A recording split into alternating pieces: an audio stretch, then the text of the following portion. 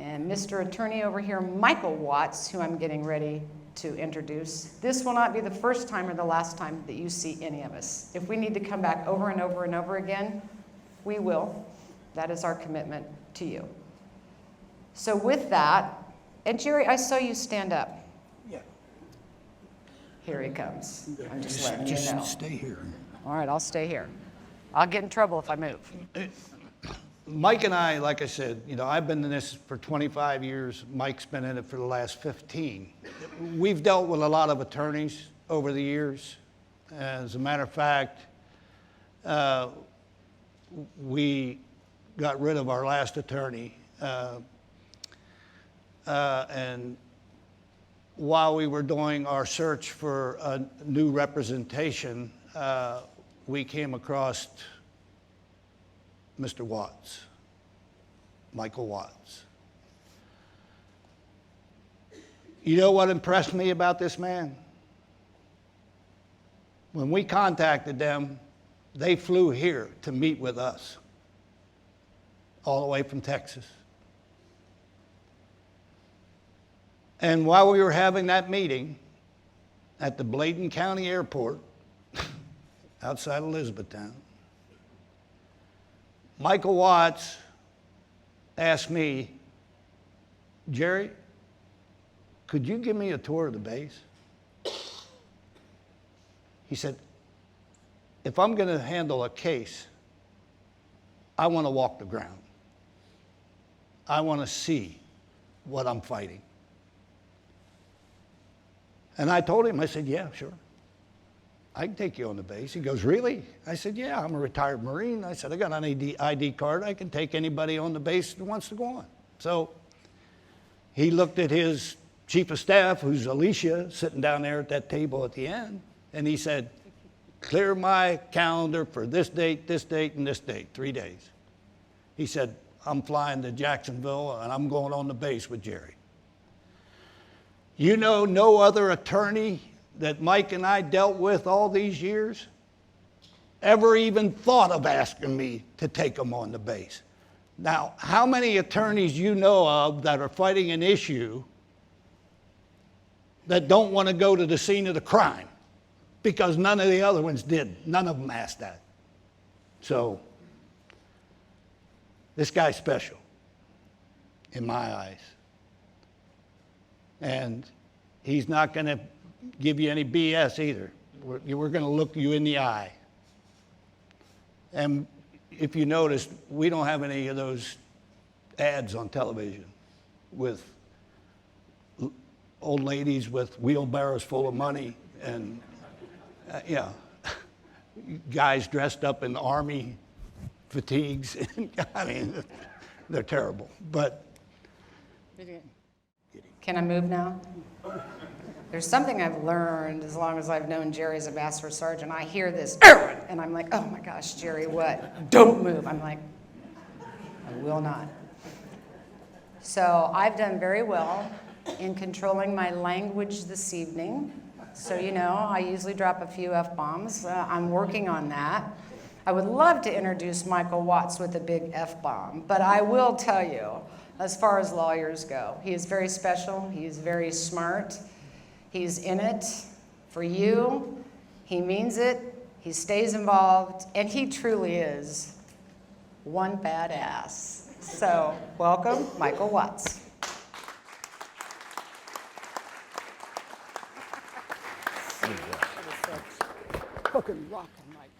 Now, it's not entirely true that my experience tonight did not involve F-bombs. I'm a punctuality freak. And you see all those people in the red shirts back there? We've got a big team that have been working on this for a long time. And we're going to get it right. And I'm the supposed captain of the ship. And I promised everybody I would be here at 11 a.m. And I walked in at 5:20. That's all that nonsense you saw on the side, because these guys were hired all afternoon to film all that before you got here. And I walked in at 5:20, and the whole team was pissed off, and Erin was using the F-bomb. She was just nice. And the reason is that Erin wrote a letter of recommendation for a young lady who happens to be my daughter to get into the University of Texas Law School. And she just became a lawyer, and she's getting married in Puerto Rico a couple of Saturdays from now. And on the way down the aisle, we figured out we had a problem. Puerto Rico's got a bunch of weird rules. My pastor is a guy named Max Lucado. Some of you may have read his books. But apparently he is ineligible to legally marry somebody in Puerto Rico. And so last night, my daughter said, "Hey, Dad, I'm getting married tomorrow in Kerr County, Texas at 11:30. And I'm like, oh, no. I'm supposed to be halfway across the country by 11. And I made an executive decision to be there. So that's my excuse. Now, that's a sorry excuse, but that's it. The good news is that Haley Watts has agreed to come work for me, and I've assigned her to one case, and that is the Camp Lejeune litigation, because in my view, it is the most important case in the country. And I'm very excited to be here, and you honor me with your presence. And everybody with the red shirt, my friends over here who said nice things, even though they were thinking the F-bombs because I was 5.5 hours late, thrilled to be on their team. They've been fighting it for a long time. I was out in California working on California wildfires with Erin, and she says, "You need to get over here to do this water case. You need to get over there to do this water case." And I kept hearing about Camp Lejeune and Camp Lejeune and Camp Lejeune. And the more you heard about it, the more pissed off you got. Because we're supposed to stand up and thank you all for your service, and we do. And we're supposed to be appreciative, and our country is supposed to honor and take care of those who served the country. And instead, they polluted your water with unspeakable cancer-causing agents. And you drank it. You didn't do it for a year. It was a problem that existed from 1953 all the way to 1987, according to the Act. I could argue it lasted longer than that. So what happened to you is an abomination. It's wrong. Mike mentioned the case out in Hawaii, where the leaking fuel tanks. I spent 6 weeks last year being asked to get into that case, and I didn't because the Federal Tort Claims Act's got all these ridiculous defenses that make it almost virtually impossible for people in the service of our country to file suit against the military for people pumping you full of cancer-causing agents. It's absurd. And that's exactly what the Supreme Court did to all of you in 2014. And in my profession, that's usually the end of the case. But these three folks sitting to my right say, well, that's bullshit. Excuse my language. That's not fair. And so we all tell a joke. It's going to take an act of Congress to do that. And that's what these guys did. It's incredible what they achieved. So my job as the lawyer that they've chosen to represent them is to figure out, okay, they hit the triple. You may have heard the joke about the guy that is born on third base and thinks he hits the triple. That's me. They invited me in to something. They've already got us to third base. But the Camp Lejeune Justice Act of 2022 doesn't get you to the home plate of compensation unless we do it right. So what I want to do is I want to take you through just real briefly who's our team. So this is me, my partner Alicia. Stand up, Alicia. She runs the department in my law firm that does cases called mass torts, where we have a large number of people with the same or similar claims. And she's got about 200 people that work under her in 5 or 6 offices across the United States. And she's kind of in charge. Frankly, they call her the boss's boss because I'm afraid of her. And she does, she tells me what to do. We needed North Carolina counsel. I'm heavily involved in the Texas Trial Lawyers, which is an advocacy group that is designed to protect people like you from bad laws, meaning to do things like what the Supreme Court did. I called the North Carolina Trial Lawyers Association. I said, hey, give me the name of somebody who's been actively involved. And David Henson is the immediate past president of the North Carolina Trial Lawyers. And his brother Tom is amazing. And I said, those are my guys. And so we moved, heaven and earth and met with them and said, hey, we're going to do this project in your backyard. Come join us. And so they're over in Raleigh where these lawsuits are all going to be filed. They're excellent lawyers, and we went going there. Doug Boxer, who's in the back, Doug, wave your hand. Doug is from Northern California. His mother was the United States Senator out there for a long time, Barbara Boxer, and whether you're a Democrat or Republican, I don't care, but you can look across the aisle and you can't find a United States Senator that cares more about water quality than her. And we worked together on these PG&E fire cases, represented 16,000 people. Thanks to Aaron, we got a great result. Got a lot of them compensated. So we're putting together this team, right? And there's a lot of other people. There's 3 or 4 other lawyers that'll be involved in my firm. There's an army of people that are working on it, and we're putting that together. So we're going to file what's called administrative claims originally, because the bill that these 2 guys passed said, okay, the Camp Lejeune Justice Act of 2022, you can sue the federal government. Now, what does that mean? Go back to English times, when we had a king. There's a basic premise in the law that you are not allowed to sue the king unless the king gives you permission. That was true when we had William the Conqueror in 1066. It was true for the next 800 years. And when our people started coming across, that law followed us. You cannot sue the United States of America unless the United States of America says you can.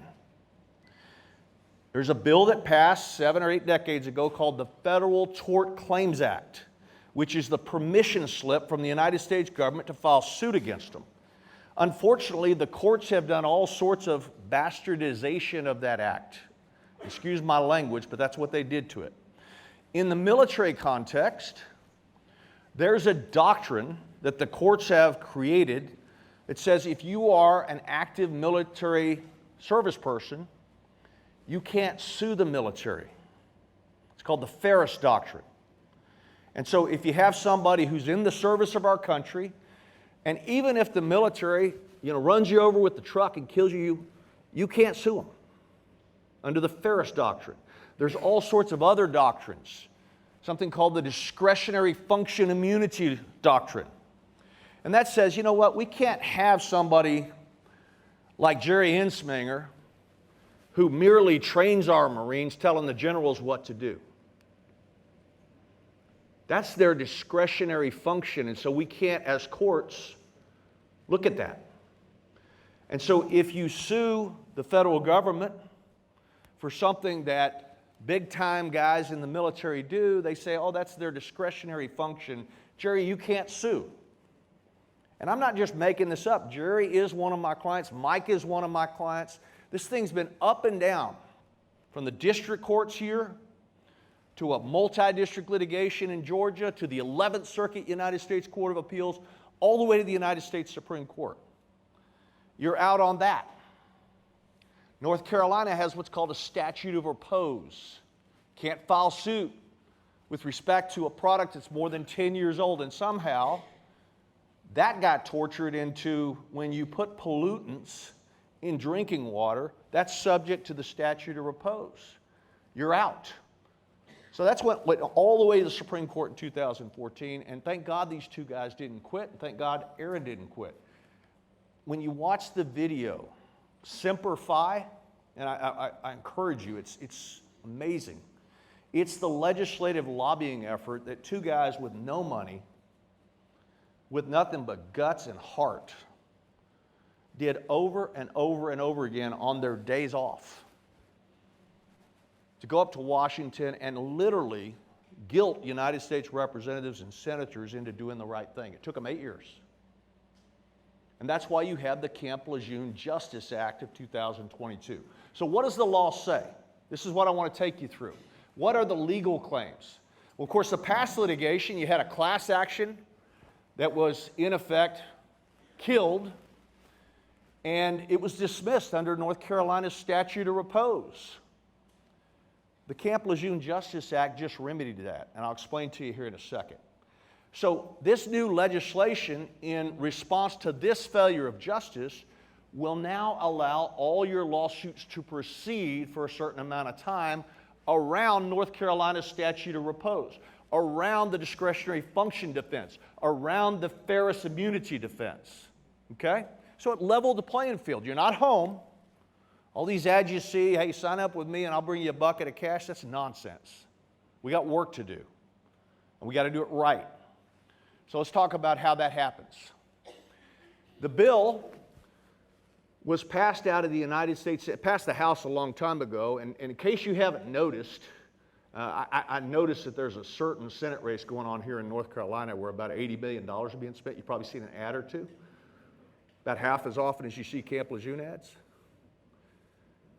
The Senate is split 50 to 50. Republicans, Democrats, most of them don't even talk to each other. It's completely dysfunctional. But the merits of Jerry and Mike and Aaron's efforts were so overwhelming. I think they got 86 votes in the United States Senate. That's unheard of. It's unheard of where the United States government, because of the lobbying of these gentlemen and Aaron, looked in the mirror and said, we did the wrong thing. We need to set a path towards justice legislatively through an act of Congress. And so they passed it on August the 8th or the 9th, and President Biden signed it on August the 10th of 2022. Let me say that date again, because it's important to you. August the 10th. August the 10th. August the 10th. Remember that day. Because all that good stuff that's in the act goes away on August the 9th of 2024.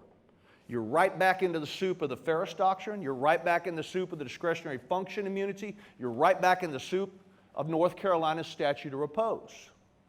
So one of the reasons we're going to have these meetings wherever Marines are all over the United States is we have to get the word out that if you, a loved one, a deceased loved one, a child, a sister, a brother, whoever ingested water on this base and was here for at least 30 days, not necessarily continuously, and has certain afflictions that I'll talk about in a second, the science says that the junk that was in the water is tied to those kinds of cancers or those health effects.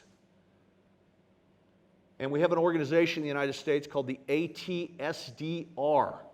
It's a registration of toxic substances where, in effect, the government looks at stuff yet says, yeah, this probably causes cancer. And so if you have one of these conditions, this bill does a lot for you. So August the 10th, remember that. What does it do? It creates whole cloth out of thin air a new cause of action against the federal government. Now, why is the fact that it's a new cause of action important? It's important because if you file suit under the Federal Tort Claims Act, you got all those other defenses that we've already tried and didn't work. This new cause of action doesn't allow those defenses. So this new cause of action is going to exist for 2 years. What does it require? You, a legal representative, somebody who's gone,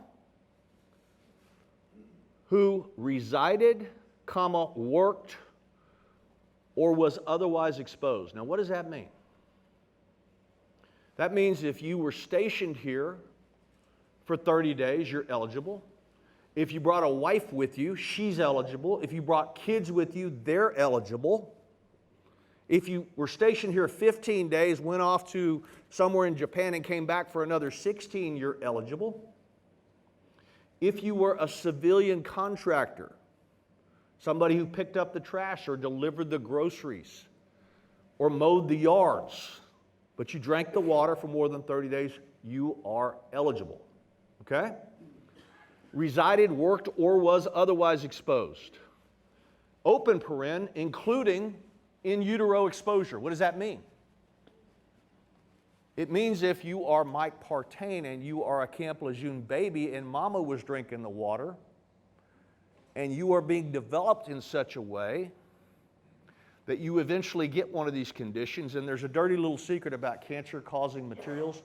They pass what's known as the placental barrier, and whatever mom's ingesting, you're ingesting too. That's what happened to him. Okay, so he's eligible for not less than 30 days during a certain period. On August the 1st of 1953 and ending on December 31 of 1987. Okay? So that's a 34-year, 3-month period of time. I could argue to Jerry he screwed up the bill. It should have been into the 90s, but he did pretty good. There's stuff going on, but this is the bill. This is what we got, okay? So first point is you got to prove you were here. They're not just going to take your word for it. The military has records, and unlike a lot of our federal agencies, they don't tend to destroy them. They know who was here and who wasn't. There's housing records, there's working records, there's DD-214s and the like, and we'll go through all that. So we got to prove you were here. You may bring an action. Where can you bring it? The United States District Court for the Eastern District of North Carolina. Now that's generally based in Raleigh. There's divisions elsewhere, but most of the judges are going to handle this in Raleigh to obtain appropriate relief for harm that was caused by exposure to the water at Camp Lejeune. So you have a cause of action. You can't bring it until you comply with Section 2675 of Title 28 of the United States Code. That's a bunch of lawyer gobbledygook for says you have to administratively present your claim to the Department of the Navy. You can't just file a lawsuit. You have to fill out a form, show them some stuff. You've been here more than 30 days. You have the condition that the ATSDR or the other science ties to it. You've got to give them 180 days after presenting your claim to decide whether to pay it and how much to offer you. Okay? You cannot file a lawsuit until that claim is denied or 180 days from the time that you filed it has passed. All right? Hopefully, and I'm not predicting this, hopefully the Navy will get it right and start paying claims. My prediction is they won't until, remember that date, August the 10th of 2024. They're going to want to see how many claims there are. Now, I hope I'm wrong about this. But the point is that there's a form, there's proof requirements. We run a digital office where we know all the things we got to check off. We submit those forms, we wait 180 days, and we file a lawsuit in the Eastern District of North Carolina. We already filed lawsuits for Jerry and Mike and some other folks. They're moving to dismiss them. You didn't give us 180 days. And we said, wait a minute. These guys administratively presented their claim decades ago. You already denied it. You don't get to require they do it again. We'll see what the judge does. But even if he throws it out, we'll do it again and we'll be in the suit. It's exclusive jurisdiction and venue. In other words, you can't file this case in California. You can't file it in South Carolina. You can't file it in Washington State. You can't even file it on the Western District of North Carolina. Eastern District of North Carolina, and newsflash, that's where Camp Lejeune is. Mandatory venue and jurisdiction, it's exclusive. So that's where the lawsuits will be filed. You've got new running room in terms of limitation. Remember when I told you the first rounds of lawsuits was thrown out because of what's called a statute of repose? It was more than 10 years from your exposure. That's all gone. Jerry was exposed so long ago, I think you told me the other day your daughter would have been 44? 45. And she died at age 9. Got leukemia at age 6, right? So in the law normally, Jerry's got 2 years, some states 3 years to bring that claim, but of course he wasn't told what happened, right? He wasn't told that he was drinking the water that the ATSDR leads to leukemia. So what this does is it creates a new running room. You have to file within 2 years of the date of the enactment of this act, August 10, 2022. You've got until August 9, 2024. But it's got to be 180 days after the date under which the claim is denied under Section 2675 of Title 28. So in other words, you've got a certain amount of time to present the claim.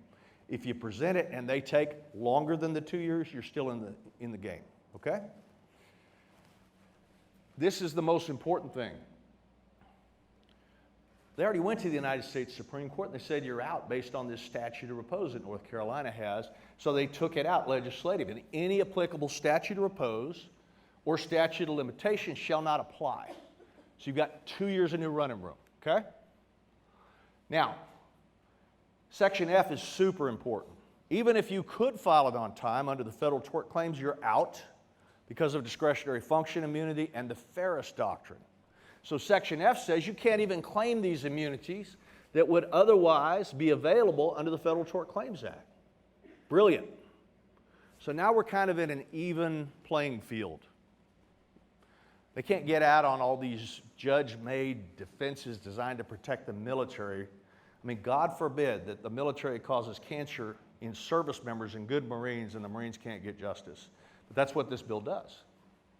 So those are what the law says. Now, just because you can file a lawsuit, every case I ever tried, the defense lawyer gets up, well, you got $300, you can pay a filing fee and file a lawsuit. Anybody can do that.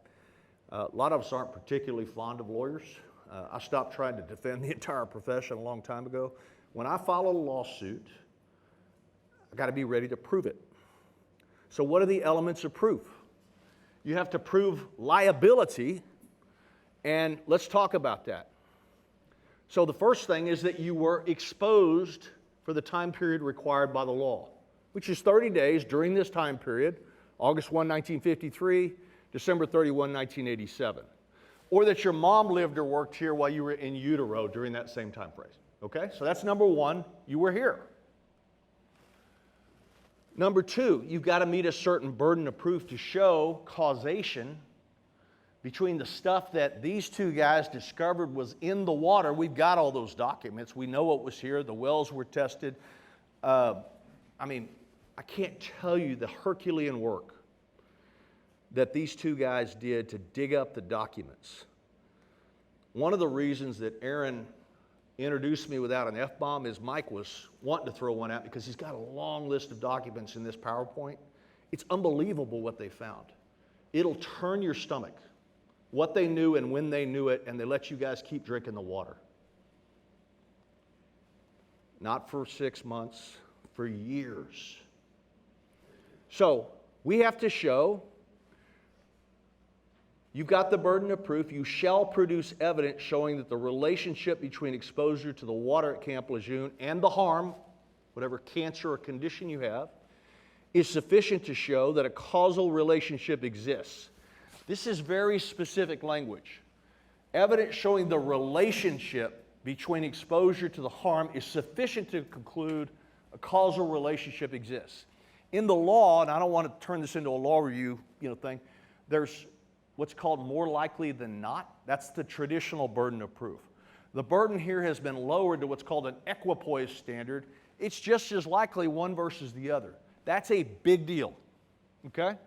So because of this relationship, the way we establish that relationship is through the field of statistical science known as epidemiology.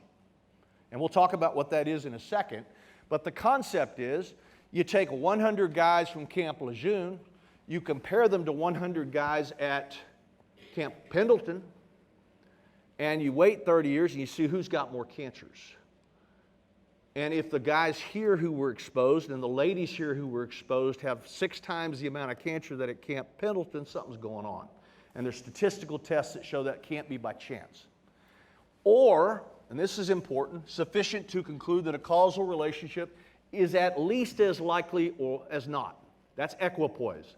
Lower standard of proof. That's a big deal. And I'm going to pick on you guys just for a second. It's well known, especially in the 50s, 60s, 70s, 80s, probably all the way to 87, that when we put people through military training in Marine bases and you all are serving the country, a lot of you smoked. Back then, there wasn't a whole lot of science that smoking caused this or that. Now we know it does.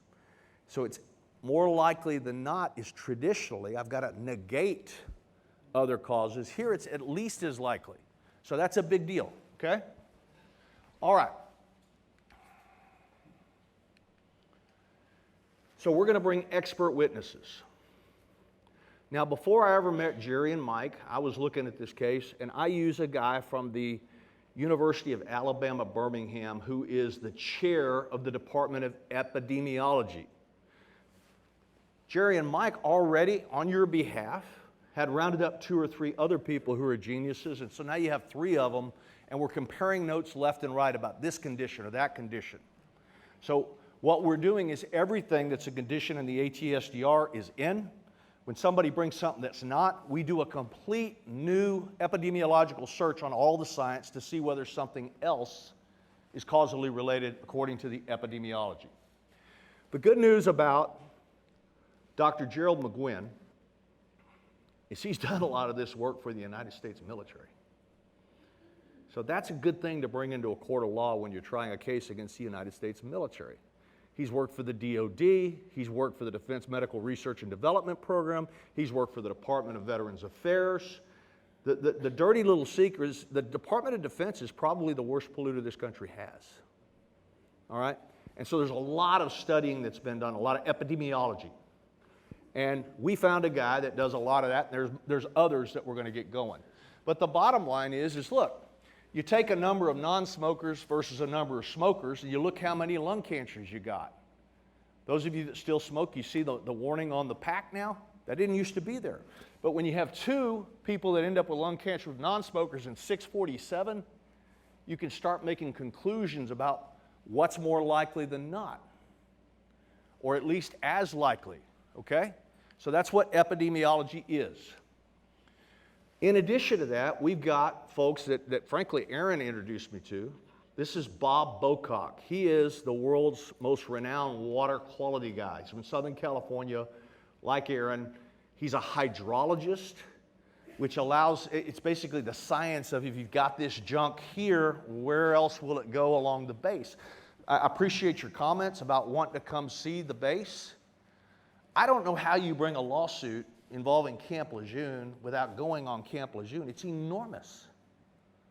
And you better know where Had Not Point is versus Terra Terrace versus this or that, because it's enormous. And I need to know where you were, because I've got to get a hydrologist to say the bad wells outside of Terra Terrace are the reason that somebody located nearby is there, as opposed to somebody that's on the other side of the base. Because the chemicals that were found in Terra Terrace are different than the chemicals that were found in Had Not Point. And these guys discovered it all. God bless them, okay?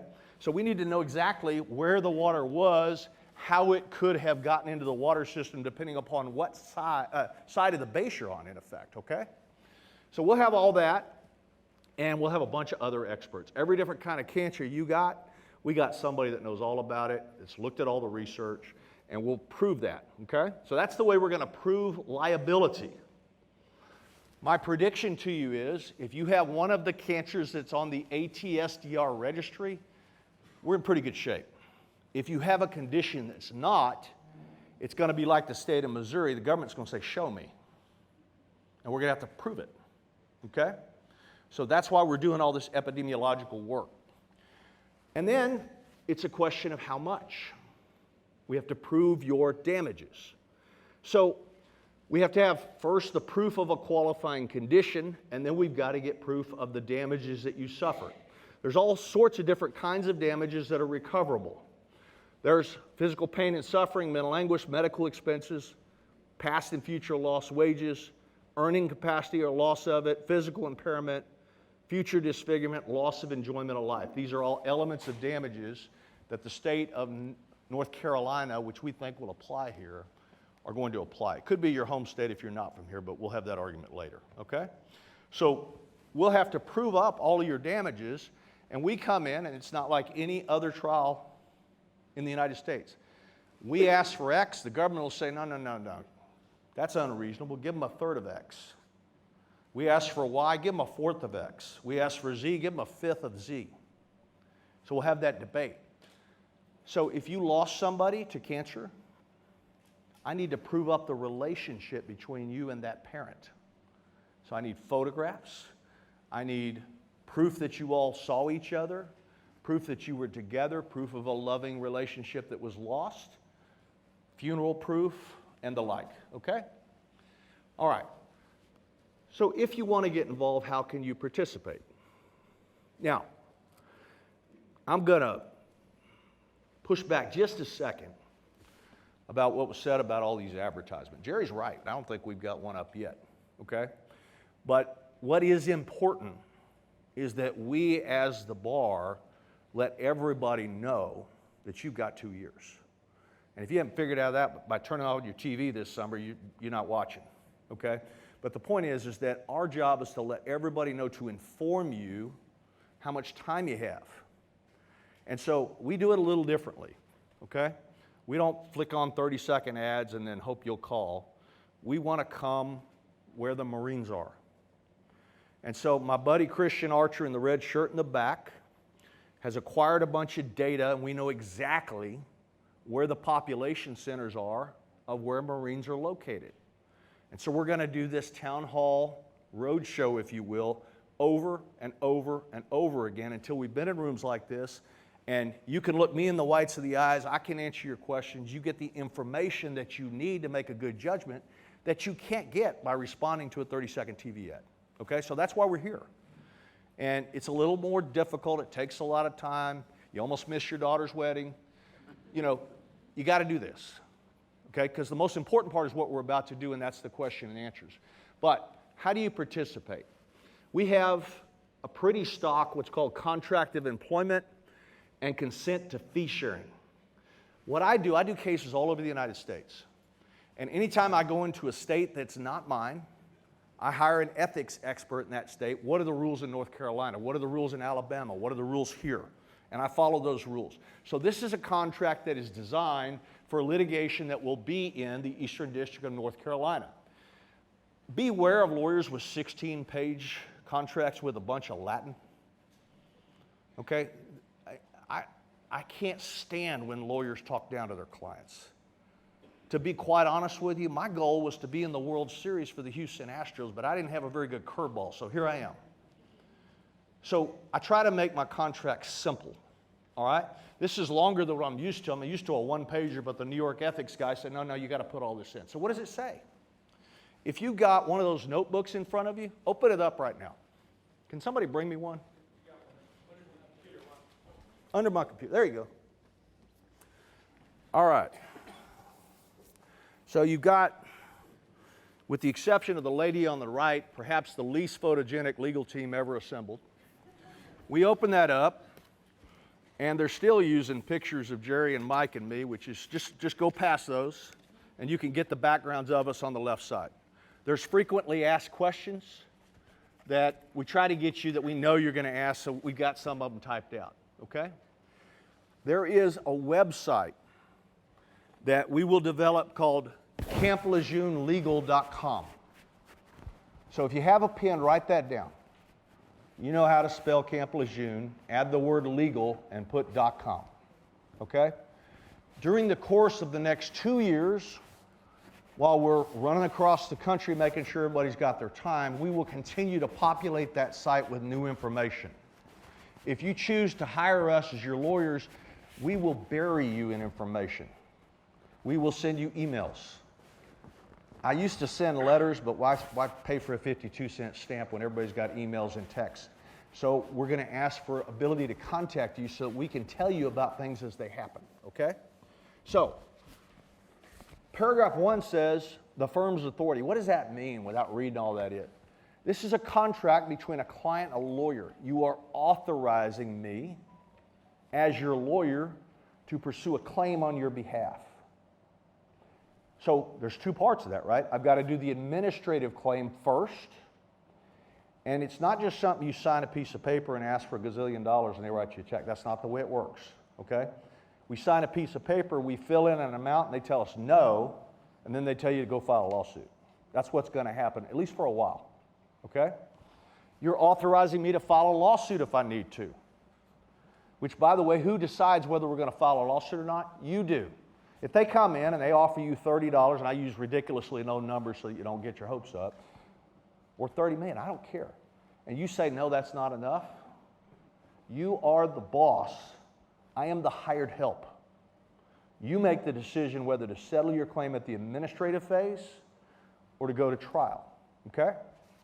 So you're authorizing me to do this. The flip side of that is I can't just show up. I need proof. So you have to cooperate with us. That's paragraph 2. And in effect, you're going to tell me about all the facts. You're going to try to get me the information, and usually be Alicia and her team asking for it, The documentation will get a release to get us the DD-214s, for example. Y'all have heard about this 3M earplug thing where they committed fraud on a bunch of people. We got all sorts of people with bad hearing and tinnitus. We have to prove which base people are at so we can prove the earplugs were there. We do that through the DD-214. We'll do that here. Okay? There's other DOD forms and VA forms and the like that will prove that you were here. This is what's known as a contingency fee contract. Now, let me get on my soapbox just for a second. Anytime you have a high-profile national piece of litigation like this, watch out for people trying to rip you off. Okay? What do I mean by that? We've all gotten texts, emails, hacked on Facebook. Happened to me yesterday, by the way. Turned out I tried to befriend a whole bunch of people and I didn't even know about it. You know, there's all sorts of people that are going to be, hey, you know, I sure need your social security number. Don't give it to them, okay? We're going to send you a client identifying number. And if somebody on the other end of the line can't tell you what that number is, it ain't us. We do that to protect you, okay? I always say don't treat people like a number, but you're each going to get an individual number to protect you against people trying to rip you off, okay? All right, so what happens? I want you to be protected against lawyers saying, yeah, write me a check for $500 an hour and I'll do your Camp Lejeune thing. Anybody that wants to charge you money doesn't have enough money to be in this game. Okay? So we work off of what's called a contingency fee. I put up all the money. The experts, the collecting the records, the travel, and the like.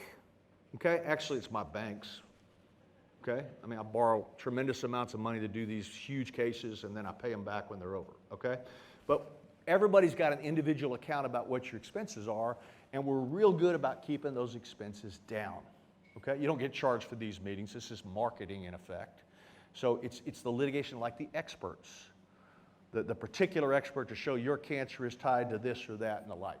So we do all that. My rules say I've got to, if I'm sharing fees among other lawyers, I got to tell you how they're being split up. Okay? There's a lot of people charging more fees. We charged a third out in California for the wildfire. We're charging a third here. Okay? I'm not here to criticize people charging 40%. I'm not. It's just what we do. Okay? It's pretty standard. You'll see higher, but this is pretty standard. Okay? We try to keep your expenses down. And how do I do that? If I represent one person with a particular kind of cancer and I've got to hire an expert to say the chemicals in Camp Lejeune water are tied to this to meet that burden of proof, that can be expensive and those expenses have to be paid back. If I sign up and work for 500 people with the same cancer, your cost just went down by a factor of 500. Let me use the example of the case that Aaron and I worked on out in California. We had a wildfire expert, big dispute with PG&E. It wasn't us. And we're like, yeah, it was. So we have to hire this fire cause and origin guy. I spent $1 million on this guy. If you were my only client and you got to pay back $1 million, that'd be a real bummer. But in that particular fire, we had 2,000 clients. So every one of those 2,000 clients got access to the world's best fire cause and origin expert for $500. You see how the economics start to work? So one of the reasons that we'll go around and work on this is to get the cost per head way down. And that's super important, okay? Now, we pay the expenses, they have to be paid back. The 1/3 is fee, the expenses are repaid to the bank. They don't go to me, okay? But it's out of your 2/3, so I gotta keep them down. Typically, we're pretty successful when we represent a lot of people to keeping that down to 2, 3, 4, 5, 6%. Okay, I have an informal rule, never do the fees and expenses add up to more than the client gets. It's just bad juju. Okay, but generally we're pretty good at 2, 3, 4, 5%. Can't promise it. If the government says you got to go try this case and it's expensive, it can be more, but not typically. All right. If we spend a bunch of money and you trade out lawyers, we've got a fee interest. Okay. But if you sign up tonight and you decide tomorrow, you're not going to get any grief from us. But 6 is important, multiple clients. What does that mean? The ethical rules say that I'm allowed to represent everybody in this room at the same time as long as I do two things. I have to get the permission from everybody in this room to represent multiple people, and I have to tell you that I'm doing it. Okay? So what paragraph 6 says is I am now telling you I'm going to represent multiple people. We represent, I think, well over 1,000 people already. Okay? So I'm telling you we're representing multiple people. If you sign this contract, you're giving me permission to do so while I'm representing you.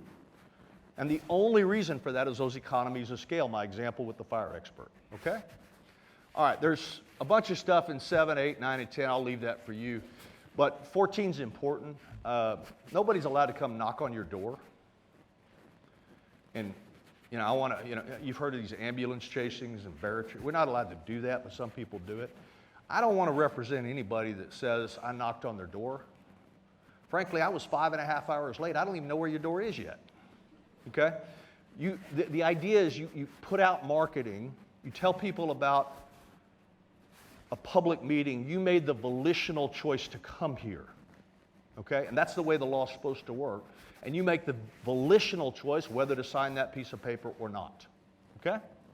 So you're saying that. And then real important on the bottom, you say you read and accept. You got to date it under North Carolina law, which is good. You put your client name, you sign it, client phone number. At the next round of meetings, that's going to say client cell phone number. I don't want your home number. I want your cell phone. Why? Number one, I'm not going to sell it. You have my word. I'm not going to trade it. I'm not going to give it away. But I can text you information. With a cell phone, I can't do it to your home phone. And fortunately, I think Steve Jobs has sold, before he died, about 2 billion of these. Whether it's Samsung or iPhones or whatever, the ability to text you. We'll send you videos, updates. We'll send you texts about stuff. We'll send you emails about stuff. So I need your cell phone and your email. I need your current address. I need your address at Camp Lejeune, if known. Now, what does that mean? If you were stationed at Camp Lejeune 40 years ago, you might not remember, but you might remember what unit you were in. And Jerry's got the documents that tell me if you were in such and such a unit, at this time, we know where you were. And then I can tie pollution in a particular well to where you were and meet that causation. Okay, so unit numbers are super important. All right?